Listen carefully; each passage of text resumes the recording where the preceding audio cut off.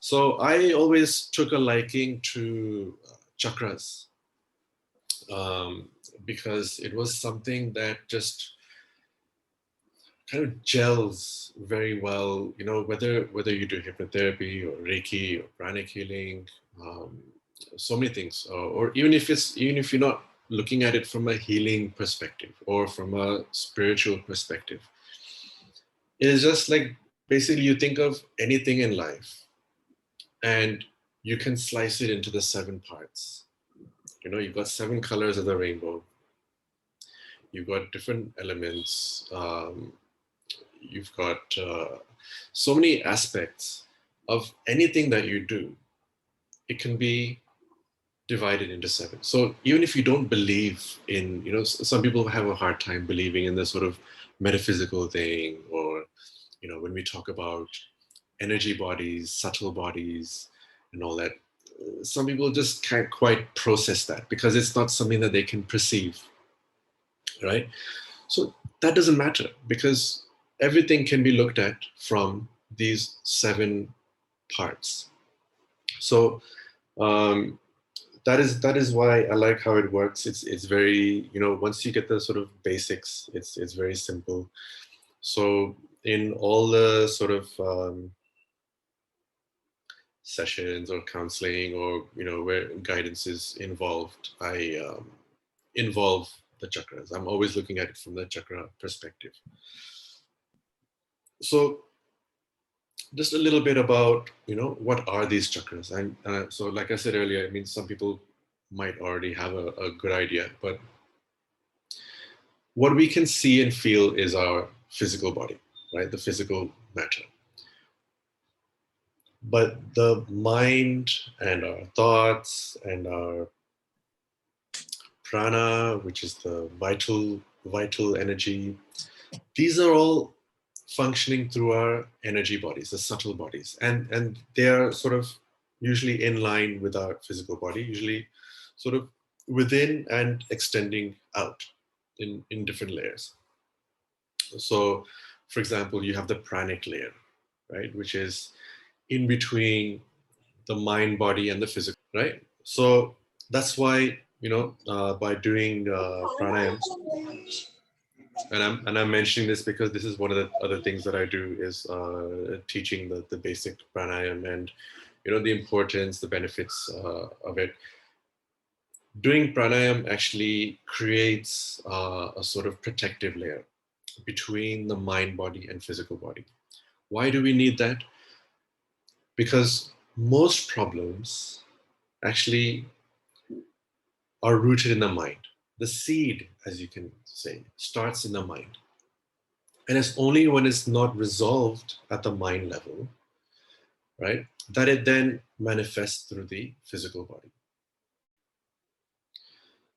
So the chakras are in the astral body, right? And they're like the sort of the gateway, taking in the vital force into the physical body. So depending on the state of the chakras, that determines your state of mind, your state of fitness, your physical body, I mean, if you're looking at, you know, a lot of people are into this Kundalini awakening and all these things, and,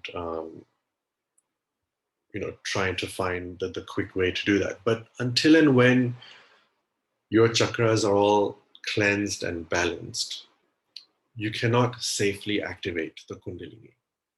But we'll leave that aside for the moment. I just thought I'd mention it because there are some people who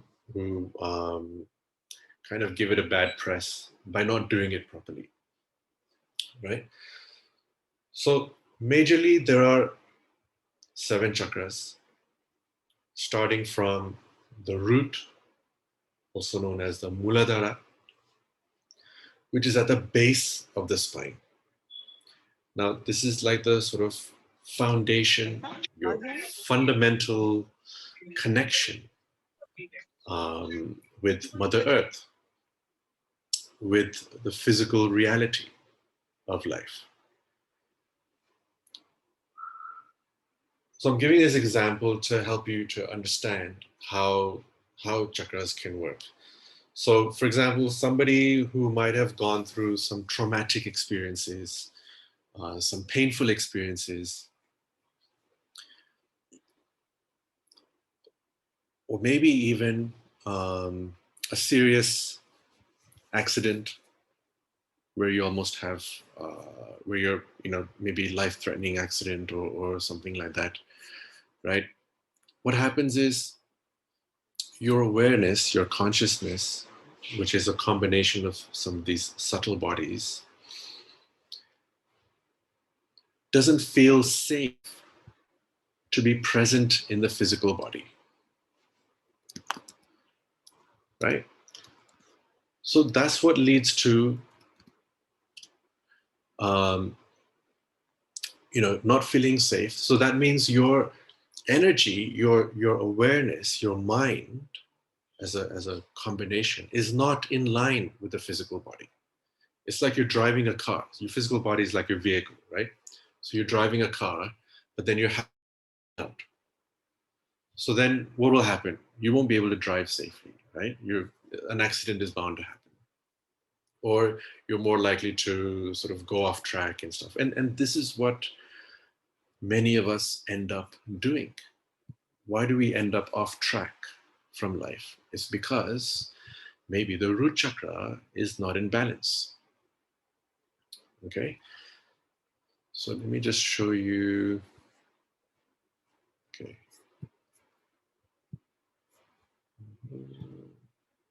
right. Presume this is visible. Now, I'm sure this is very familiar with most of you, who've seen pictures of the chakras, or somebody meditating. You'll often see these colors, right? So here at the bottom, you see the red dot that is literally at the base of the spine. Okay, and like I mentioned earlier, this is the root chakra. This is your connection with reality. Okay, so when people talk about, you need to be grounded, right? What does it mean to be grounded? It means having your mind aligned with your physical body, right? Realizing that it's safe. Okay, yeah, your life might have been threatened years ago. You might have gone through some traumatic experiences, but to realize that, okay, that is over now, right? That's in the past. Just because you went through a difficult time, just because you had to struggle, just because you had a painful experience, doesn't mean that it has to repeat. In fact, the very act of not being grounded is what can cause those experiences to repeat. And then you end up with those patterns in life, right? So the root chakra is all about your sense of survival, your grounding, your feeling of security, right? How present you are. It's only when you feel safe that you will be more present. So, why is it important to know about these chakras? Is that once you get the basic sort of idea of what these chakras represent, you can then analyze yourself and see that, okay, you can see maybe some symptoms that match, right? Like maybe there's fear, maybe the mind might be scattered, maybe you find it difficult to make decisions. So then you think, okay, this matches with the symptoms of the root chakra not being in balance, or maybe the second or third or the fourth chakra not being in balance. So having that awareness can then allow you to work on it from many different angles. You can do, there are different yoga postures, there's different mudras, there's, you can work with colors, you can work with sounds, mantras, many different things, even like, your diet, right? with how you connect with the different elements, for example. So if you find, for example, that the root chakra is an issue, then you can try to work more with nature, try to get outdoors, which I know these days it's everybody has different comfort levels about leaving home. And I don't know, like these days, I mean, not so much recently, but that's why the second wave has happened, because everybody's kind of forgot about staying home and stuff. You couldn't keep everybody locked indoors for long. So this second wave is kind of possibly on the way, kind of happening. But anyways, you can even, I mean, if you're lucky enough to, even have a small garden or something at home, or maybe even it could be something as simple as tending to a plant. It has soil, you're watering it, you're connecting with nature, right? Even in, you can even do different sort of visualization exercises to connect with it. And there are many other ways how you can scan as well. So not only does this give you the ability to kind of help you to align yourself, the whole idea about healing and therapy and all that is not to get everybody to get like this kind of to get somebody addicted to you, that, oh yeah, I want this person to keep coming to me every time this person has a problem, I want them to keep coming back to me. No, it's about empowering people. Is, yeah, of course, when somebody needs help, yes, you can, of course, you're there for the person, but ultimately you want that person to then be able to have the power, the ability to actually help themselves. And who knows, maybe later down the line they can then help others, right? I mean, there's, how many is it, 7 billion and growing people on the planet, right? All the healers in the world cannot meet the demand, basically, right? So it's better that we help people to heal themselves, and um, you know eventually the shift happens. So okay, that's going off track a bit, but okay. So that's the root chakra, right? So you can see that's the location. You can see that there's different there's glands associated with it, right? So one good example of how it works with glands, right, is I like to use the throat chakra. Right? So as you can see here, this is the throat chakra located in the throat, and is associated with communication, first of all. So seeing how somebody communicates, also you can give you an idea of how this person's chakra is. Right? You have some people who are giving more output, right? There are people who can chat for hours and hours and hours without pause, right? And at the same time, they're not having the balance to listen, right? So that's showing something a little bit out of balance. Or there are some people who are not able to express as much, right? They feel some kind of suppression because maybe there are some key people in their lives who they have not been able to um, express to communicate with. And you see this in relationships, you see this in the workplace, you see it in many different places where somebody is having an issue because they're not able to express, or there is somebody who is not really open to truly understanding or listening to what the other person wants to say. So what happens, right? Suppose there's a relationship and one person, feels that their expression is suppressed. So at the mind level, what happens, right? It creates a blockage, because here you've got this, these words that just want to be released, and they're not able to get out. They create like a clog in that part of the energy, right? So you have your subtle body with a block in that area. So now when the vital prana is trying to enter your body through the chakra, it's not coming in efficiently because there's blocks that it needs to get through. So what happens? The chakra is not performing at the optimal level, which means there's less prana than what you need entering through the gland. Now, which gland do we have here? Thyroid gland, right? So next thing you know,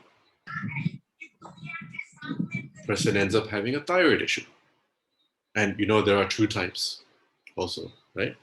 So equally, self-worth can also affect the throat chakra in the same way,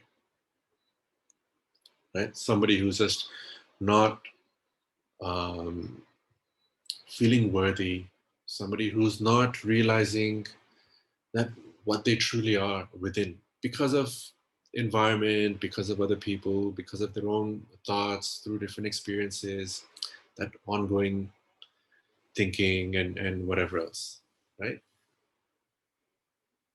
So that's why I've found, I mean, just today I was speaking to somebody, and straight away I could see the connection with the throat chakra and the issue she was having, with her husband, and the other physical symptoms that occurred as a result of that.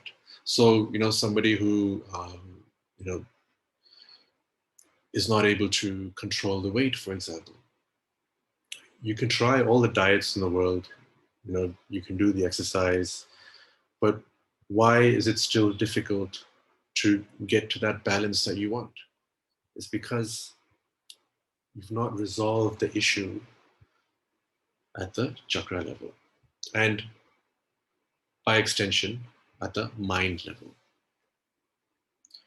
And by mind level, we're talking about the sort of more at the deeper subconscious mind level. Now, I'm sure you guys are aware of subconscious mind.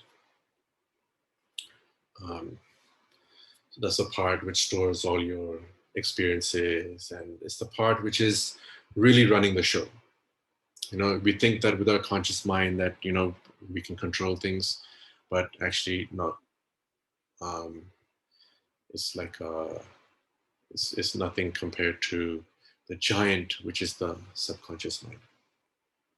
So good thing is, at least you people are, open to these kind of learnings and everything. So you're well on the way to getting control of that subconscious mind and making real changes in life.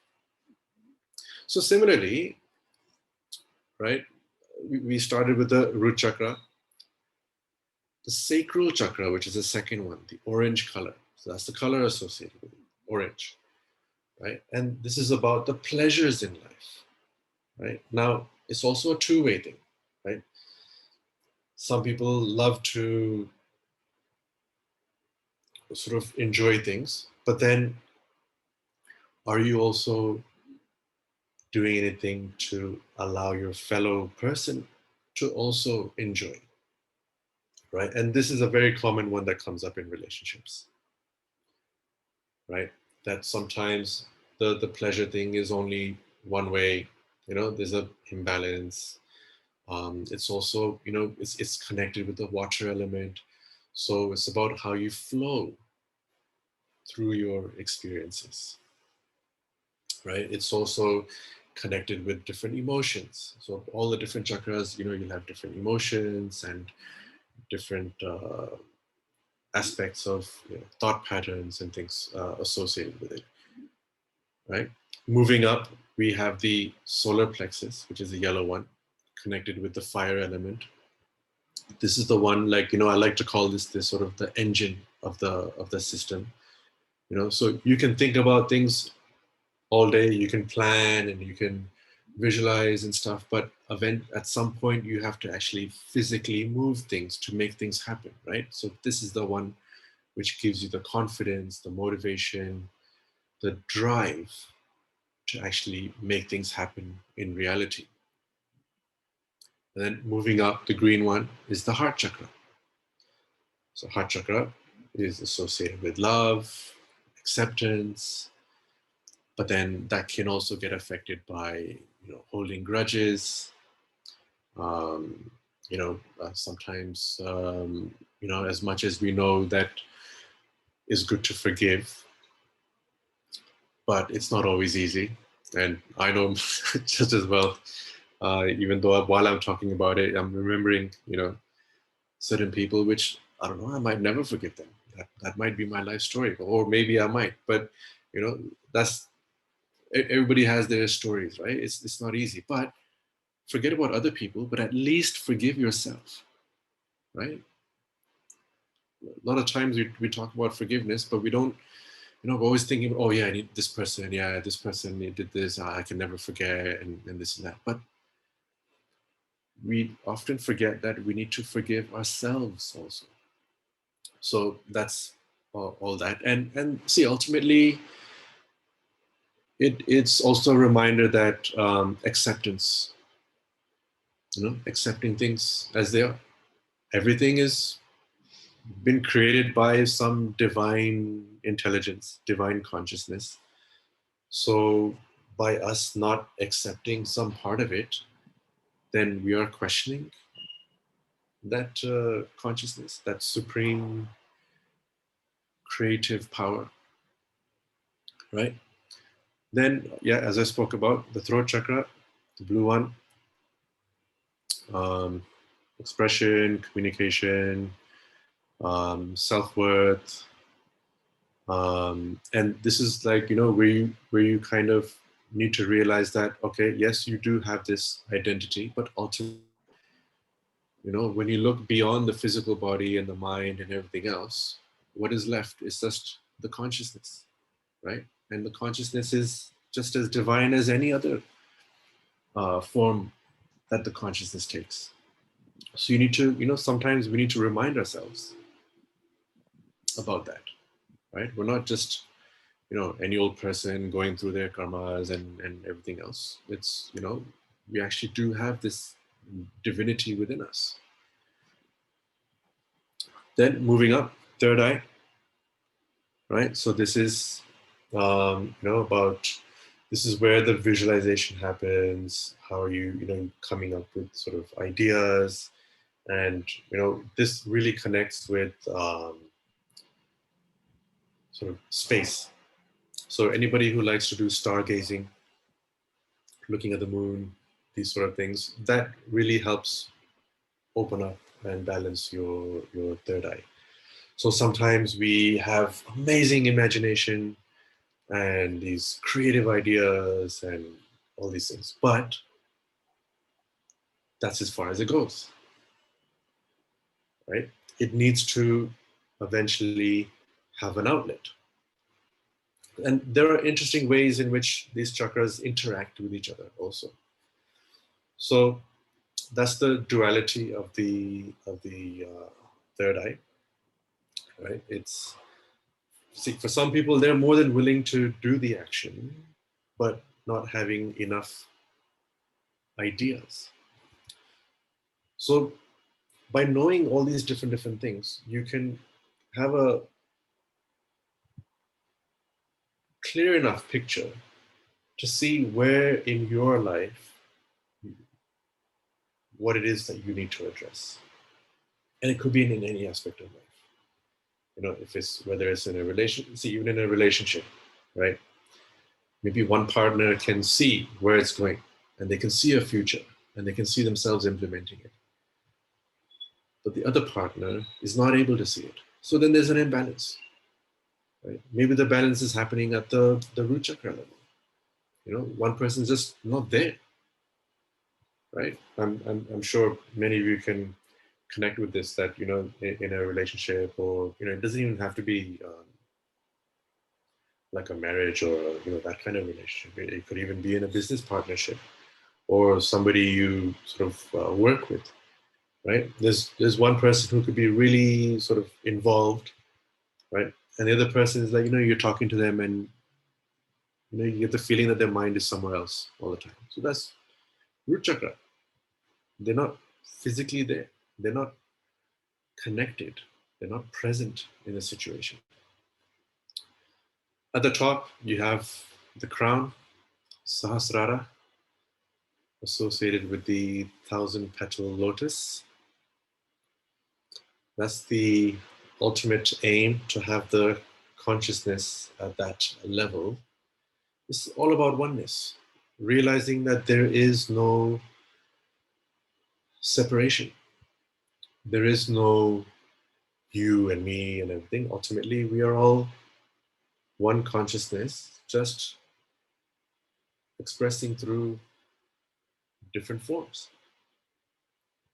And once you get to that realization, there is no issue with anybody else. You realize that any issue that you have that is to do with anything external, it is just as much internal. Realizing the reflection. Um, so that gets into, you can reflection, or looking at shadow self is something that you can look at as well. That explains beautifully, actually. Instead of always looking externally at the problems, it's looking at the triggers and using that as a clue to see what you need to heal within you.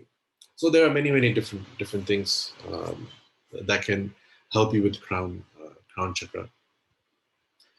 So that's a kind of a brief summary. I've tried to explain the different chakras, how they connect. But you can apply this in any area of life. You can see, like, maybe where what's wrong with your maybe career, for example, and you can assess it through all the different chakras and see, okay, am I as present as I need to be?